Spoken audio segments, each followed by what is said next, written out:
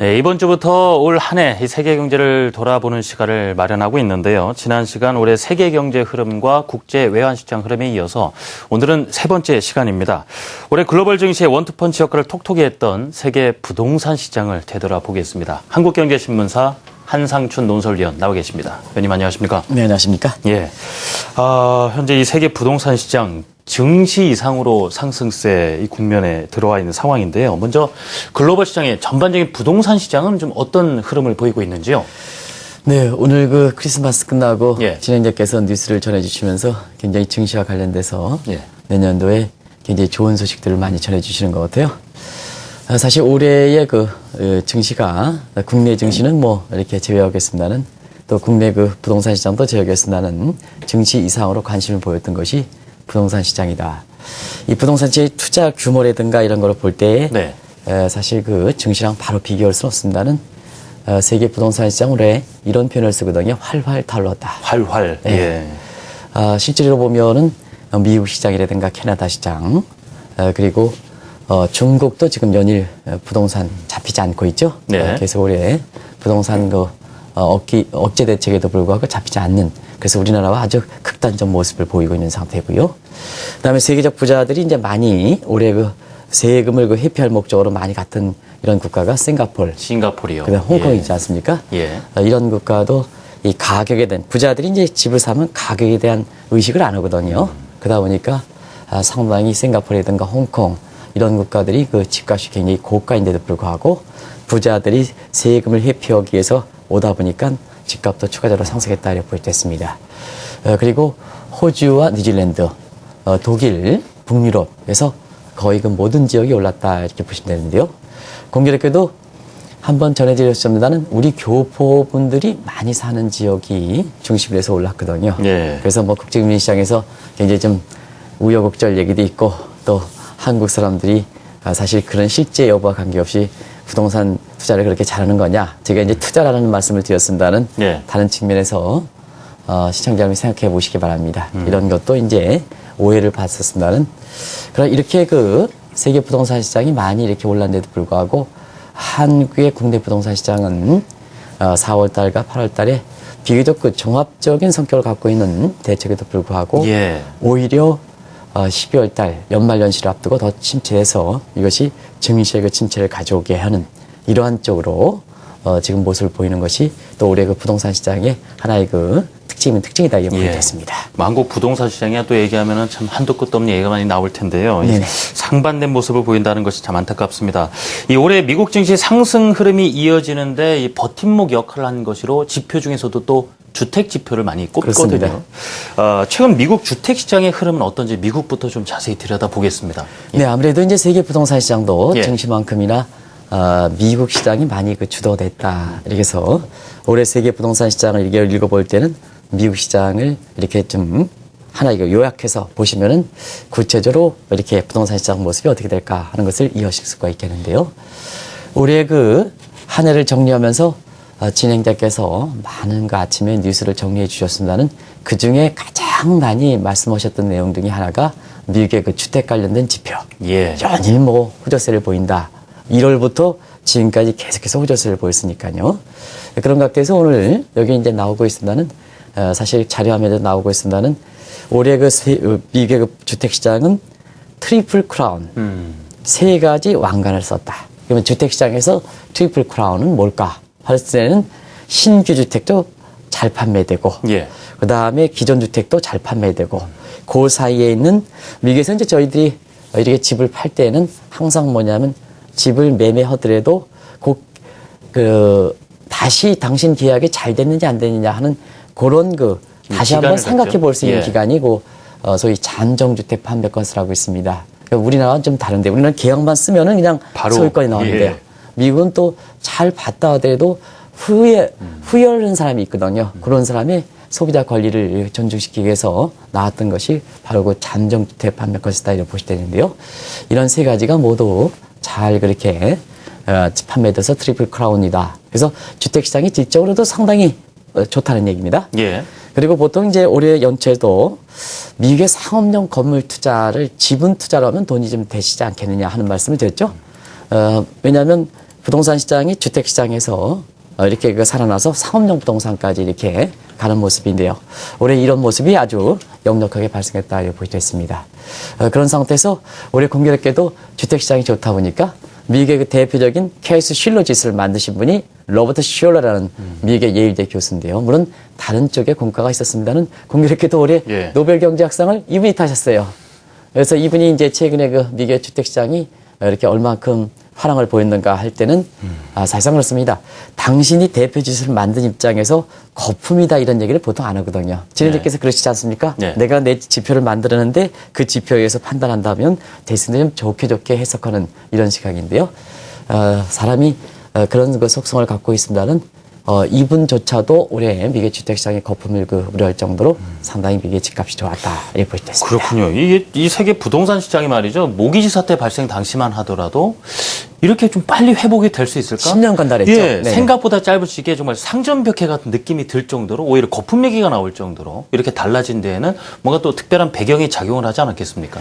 3년 전 벽해라는 표현을 쓰셨는데요. 예. 사실은 5년 전 위기가 발생했을 때는 그 표현이 적당했습니다. 대체로 보면 예. 루비니 교수라든가 이런 분들이 있잖아요. 미국의 주택시장에서 이게 위기가 발생했기 때문에 이게 극복하려면 10년이 걸릴 것이다. 이랬는데요. 그게 5년 만에 위기 이전 수준을 회복해서 예. 거품을 우려할 땡기니까 그야말로 그런 예상에 비해서는 지금 말씀하신 그 표현이 아주 적당한 것이 아닌가 생각하는데요. 그만큼 빨리 회복되는 데에는 사실 그만한 충분한 이유가 있었다. 예. 이렇게 보시면 됐습니다.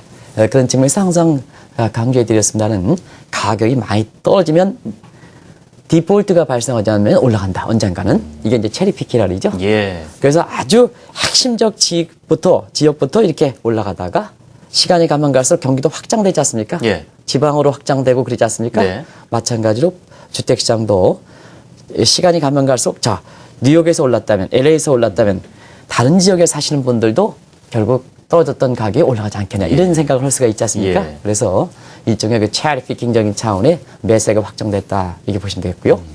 무엇보다도 공간은 역시 미국의 오바마 정부라든가 그 다음에 연준 입장에서 예.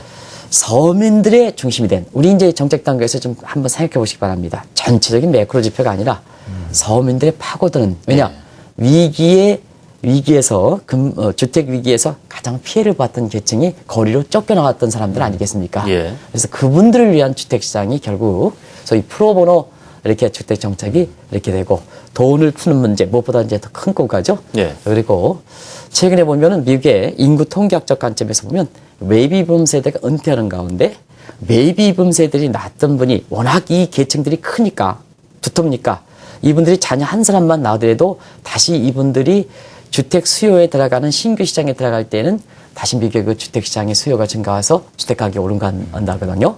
그럼 베이비붐 세대들이 낳았던 자녀들이 뭘까? 예. 그 에코붐이라고 합니다. 에코붐. 예. 여기가 1970년대 후반에 낳았던 사람이죠. 그러면 시청자 여러분 계산해 보시기 바랍니다. 1970년대 후반에 베이비붐 세대 자녀분들이 사실 새로운 그 실수요 계층에서 지금 생각한다면 1970년대 후반에 태어났던 사람들이 어떻겠습니까? 지금 실제 수요자가 실제 수요자가 되는 거죠. 예. 그죠? 이제 30세 됐으니까. 30대 후반이고 뭐 이렇게 이러니까요. 했으니까 예. 실질적으로 되기 때문에 베이비붐 세대들이 결혼해서 베이비붐 이제 1955년서 65년에 태어났으니까 20년 지나는 시점에 1975년에 자녀들이 태어나니까 그 사람이 30년 돼서 결혼해서 예. 실수요적인 계층이 오래 겹치다 보니까 여러 요인이 겹치셔서 미국 부동산 시장이 상당히 많이 올랐다 네. 이렇게 됐습니다. 뭐 여러 가지 배경들 짚어주셨는데요. 아무래도 주택 시장이 살아나는 데는 그간 뭐 저 주요국들 뭐 미국 포함해서 양적 완화 정책의 힘을 톡톡히 봤다라고 아무래도 얘기를 해야겠습니다. 네, 올해 그 자산 시장, 주식과 부동산 시장 이렇게 읽으면서 사실상 그렇습니다. 이 돈 푸는 문제, 예. 돈에 푸는 문제에 대해서 우호적인 문제를 안 꼽을 수가 없겠죠.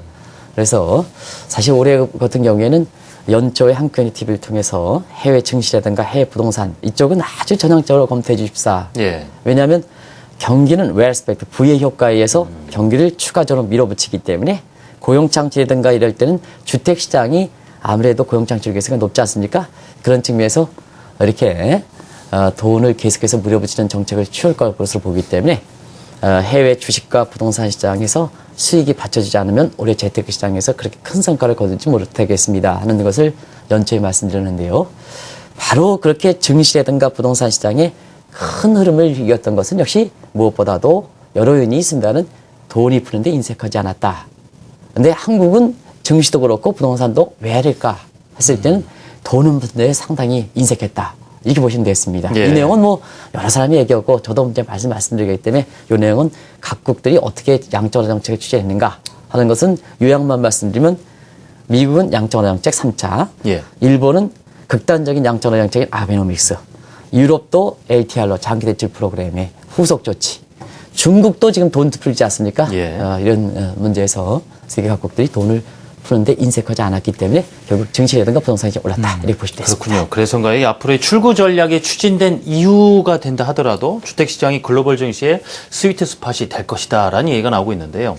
주택시장이 스위트 스팟이 된다. 어떤 의미로 해석을 해볼까요? 우리가 이렇게 생각하면 예. 되겠습니다. 내년에 보면 증시에 대해서 낙관적 기대가 많이 나옵니다는 경기가 회복될 때는 선행지표가 증시죠. 네. 근데 주택 관련돼서는 반드시 뭐 인과관계상 보면 반드시 그렇게 나타났으면 대체로 보면 시청자 여러분 경험 한번 보시기 바랍니다. 네. 과거에 경기와 같이 가거나 아니면 경기의 후속으로 부동산 시장이 오르지 않습니까? 예. 그죠? 그렇기 때문에 내년도에서 보면은 오히려 증시적인 측면보다도 부동산 시장에 더 관심이 될 것이다. 이런 측면에서 증시의 뭐 원투펀치라든가 그 다음에 증시의 아주 우호적인 입장에서 선사인이라는 이런 표현을 쓰고 아니면은 스위스팟이라는 표현을 새로운 용어들이 나오고 있는데요. 예. 이건 뭐 아시겠죠? 스위스팟 같은 경우에는 아주 핵심적 부위가 되다. 재테크 시장에 올해가 증시가 핵심적 부위가 됐다면 내년도에 증시와 함께 부동산 시장이 핵심적 부위가 될 거다. 이렇게 예. 보겠습니다. 원래 그 이 스위스팟이라는 표현은 이 골프라든가 테니스를 이렇게 즐기시는 분은 잘 아실 겁니다. 우리가 이제 골프가 대중화됐기 때문에 잘 아시겠습니다는 저것처럼 힘이 없는 사람이라 하더라도 골프공에 핵심적 부위를 때리면 비거리가 많이 나가지 않습니까? 예, 그렇죠. 네. 그런데 방향이라든가 속도라든가 아주 예. 제대로 나는 거죠. 제 얘기가 그 피부적으로 실감해 오지는 않을 예. 겁니다. 아마 시청자 여러분도. 왜냐하면 골프를 저는 전혀 못 치거든요. 그래서 아무튼 간에 네. 이 골프라든가 테니스에 힘이 없는 사람도 딱 핵심 부위를 뜨면 비거리가 많이 나간다. 예. 그에 맞춰서 재테크 시장의 내년도에서는 사실 핵심적 부위가 될 것이다 하는 이런 전망들이 이렇게 나오는 것도 바로 그런 측면에서 이해될 수 있는 대목이 아닌가 생각합니다. 자, 그 전망이 나오고 있습니다. 그럼 그런 기대, 말하자면 주택시장, 부동산 시장이 글로벌 증시의 스팟이 될 것이냐, 그 가능성에 대해서는 어느 정도까지 네, 상당 높아지는 부분 상황일까요? 예. 가능성이 높겠죠. 예. 왜냐하면 내년도에는 이 출구 전략이 시작된다 하더라도 1월부터 출구 전략 시작되죠. 네. 뭐 시청자 여러분이 많이 아는 소위 테이퍼링, 양적완화 정책 규모 축소. 이것도 이제 출구 전략의 하나의 첫 단추입니다. 이게 뭐 테이퍼링과 출구 전략과 별도의 개념이 아닙니다. 첫 단추가 소극적 출구 전략에서 적극적 출구 전략으로 가니까 네. 첫 단추가 이제 양적완화 정책 규모를 축소한다 이렇게 보시면 되겠는데요. 재정 정책도 이제 여지가 없습니다. 미국의 같은 경우는 CQS가 추진하기 때문에 네. 그리고 통화 정책 측면에서도 일단은 테이퍼링이 시작하면 여지가 적겠죠. 근데 고용 문제 해결되느냐? 고용 문제 아직 해결되지 않았거든요. 예. 그러면 추가적인 방편이 필요할 거로 이렇게 보이는데요. 아무래도 그런 상태에서는 가장 이렇게 정책적으로 우호적으로 선호할 수 있는 대목이 바로 부동산 대책이 아닌가. 왜냐하면 웰스펙트 지금 이제 연말 연시되면서 부의 효과 많이 나오지 않습니까? 예. 그죠? 지금 이제 올해를 정시하면서 내년도에 정말 부의 효과 지금 이게 굉장히 중요한 겁니다. 그래서 올해는 증시적인 측면에서 부의 효과가 경기를 끌어올렸다면 내년도에는 전통적인 재정과 통화 정책 여지가 없는 상태에서 고용 문제를 해결할 때는 어떻게 할 것이냐. 그러면 추가적으로 경기를 부양해야 되는데요. 전통적 경기 부양산이 적을 때는 또 경기 부양도 이제 질적으로 고용 창출해야 되는데요. 그런 측면에서 보면 소위 경기 부양 효과, 그다음에 고용 창출 효과가 큰 것이 증시보다는 부동산이거든요. 예. 그렇기 때문에 내년도에는 전체로 경기 부양은 양적으로 확대시키지는 않겠습니다는 정책의 목표에서 달성하지 못했던 게 뭐냐? 고용 창출이다. 그러면 고용 창출에서 질적인 측면에서는 증시보다는 부동산 시장이 고용 창출 개수가 높다 보니까 부동산물에 초점이 되지 않겠냐 하는 차원에서 내년도에 부동산 시장이 스위스화시 될 예. 것이다 하는 이런 가능성을 높게 본다 이렇게 보시면 됐습니다. 네, 일단 오늘 우리나라의 부동산 시장은 차치하고 글로벌 이제 부동산 시장을 쭉 알아봤는데요. 이게 워낙 바닥에 지금 뭐 어떤 여러 가지 위기를 겪어서 바닥에 있다가 급격하게 이제 올라오다 보니까 거품 얘기도 나오고 있는 것이고 한데 결국 이제 앞으로 내년에도 이 집값이 어떤 움직임을 보일 것인가가 상당히 큰 관심사거든요. 네, 예, 사실은 그렇습니다. 내년도에 증시에 대해서 낙관론 많이 나오고 예. 있습니다는 올해보다는 상승폭은 둔화될 겁니다. 왜냐하면 올해 많이 올랐으니까 이미 분모상으로 보면 어떻습니까? 속도가 너무 가팔랐어요. 갚아는 것뿐만 아니라 예. 올해의 출발이 12,000선 뭐 하고 이렇게 예. 하더라도 지금은 16,000선 가지 않습니까? 예. 그러면 올해만큼 주가가 예를 들어서 2,000포인트 올라간다 하더라도 똑같이 올라간다 하더라도 상승률은 둔화되겠죠. 통계기법상 예. 기저효과 때문에 내년도에도 증시에서 낙관론 많이 나오고 있습니다. 상승세는 여지로 이렇게 봅니다는 또 쉽게 떨어지기도 어려운 구조입니다는 그러나 뒤는 낙관론을 얘기하시는 분들이 항상 시청자분과 투자자분들한테 반드시 좀 염두에 두셔야 될 것이 이 방송에서면 사실 지금 주가에 올라갈 때는 뭐 100포인트 올랐습니다. 포인트 얘기를 많이 합니다. 예. 근데 시청자분 입장에서 어이구 100포인트 올라갔어? 많이 올라갔어? 하는데 주가의 상승률로 볼 때는 지금은 16,000포인트 100포인트이기 때문에 상승률이 아주 미미하거든요. 상승률 개념으로 좀 이렇게 말씀하셔야 앞으로 시청자분과 투자자분을 울리지 않는다 하는 걸 말씀드립니다. 왜냐하면 시청자분의 재테크 수익률은 레이쇼지 절대 규모는 아니거든요. 예. 그래서 그런 측면에서 좀 여기 방송에서 나와서 얘기하시는 분들이 뒤늦게 낙관을 얘기할 때 항상 그런 점을 좀 시청자분을 이해하신다면 투자자를 이해하신다면 그 문제를 좀 반드시 말씀드려야 되지 않느냐. 오늘 130포인트 올라갔습니다. 이렇게 얘기하면 안 된다. 상승률 가지고 얘기해야 된다 하는 이런 말 특히 내년도에 중요할 겁니다. 예. 그래서 내년도에는 증시가 이렇게 올라간다 하더라도 올해 너무 많이 올라갔으니까 올라간다 하더라도 상당분 상승률은 둔화된다. 그런 반면에 부동산 시장에 대해서는 상당히 우호적 정책을 이렇게 취했을 가능성이 높기 때문에 내년도에도 세계 부동산 시장, 특히 안 올라갔던 지역들이 좀 많이 올라가지 않느냐 생각하는데요. 네. 그런 측면에서 한국도 지금 증시가 뭐 빈사 상태다 이런 얘기하지 않습니까? 근데 한국의 부동산 시장은 국민들의 재테크의 한 70%를 넣어놓은 상태이기 때문에 여기가 풀려야 되거든요. 오늘 뭐 한국경제TV를 보는 정책 당국자 입장에선 요 정도 좀 제발 요 정도 돈 좀 돌아가게 좀 해줬으면 좋겠습니다. 예. 제발 그 정책에서는 돈 좀 풀고 지금 물가 그렇게 부담스럽습니다. 지금 물가 부담 안 하거든요. 올해도 물가, 내년에도 물가 부담이 없습니다. 괜히 물가 부담해서 지난 2년 동안 물가 했는데 물가 지금 1% 안정돼 있지 않습니까? 좀 국민 대다수를 생각한다면 돈을 좀 풀게끔 하고 증시를 더 살리게 한다면 부동산 분에 돈이 들어가야 되거든요. 좀 두 가지 관점에서 바라고 싶은 거는 하나는 좀 중앙은행에서 돈 좀 풀어라. 예. 그 다음에 돈을 못 풀겠으면 그러면 부동산에 좀 돈이 들어갈 건 대책을 거시경제 매크로 지표만 생각하지 말고 서민들 입장에서 파고드는 지표 관리 좀 해줘서 그런 쪽으로 좀 해줘야 부동산에 돈이 들고 그 다음에 거의 돈이 들어야 증시 쪽에 들어오면서 증시가 지금 아주 빈사 상태에서 이게 뭡니까? 자본주의가 발전되면 증권 산업이 발전돼야 되지 않습니까? 개인적으로 그렇습니다. 직접 자금을 구매에 맞는 자금 주사를 하고 리스크를 강구하고 창조적 모험 정신에 가까운 정신이 증시거든요. 이 증시가 살아나야 되는데 이게 증시가 지금 우리나라에서 보면 30년, 40년 갖고 있는 무슨 현대증권이니 뭐니 우리 대형 증권사들이 이렇게 나오는 이렇게 일구어서 나오는 이런 모습이고요. 우리의 모습이 지금 지켜보는 상황입니다. 이렇게 하면 되겠습니까? 그런 측면에서 제발 좀 서민들을 위한 내년도의 부동산 대책, 증시 대책이 좀 나왔으면 하는 바람입니다. 네, 이 화랑을 보였던 우리 개사년 세계 부동산 시장 되돌아봤습니다. 이와 반해서 또 부진했던 한국 부동산 시장에 대한 바람까지도 또 마지막에 더 붙여주셨습니다. 지금까지 한국경제신문사 한상춘 논설위원과 함께했습니다. 위원님 잘 들었습니다. 네, 맞습니다. 감사합니다.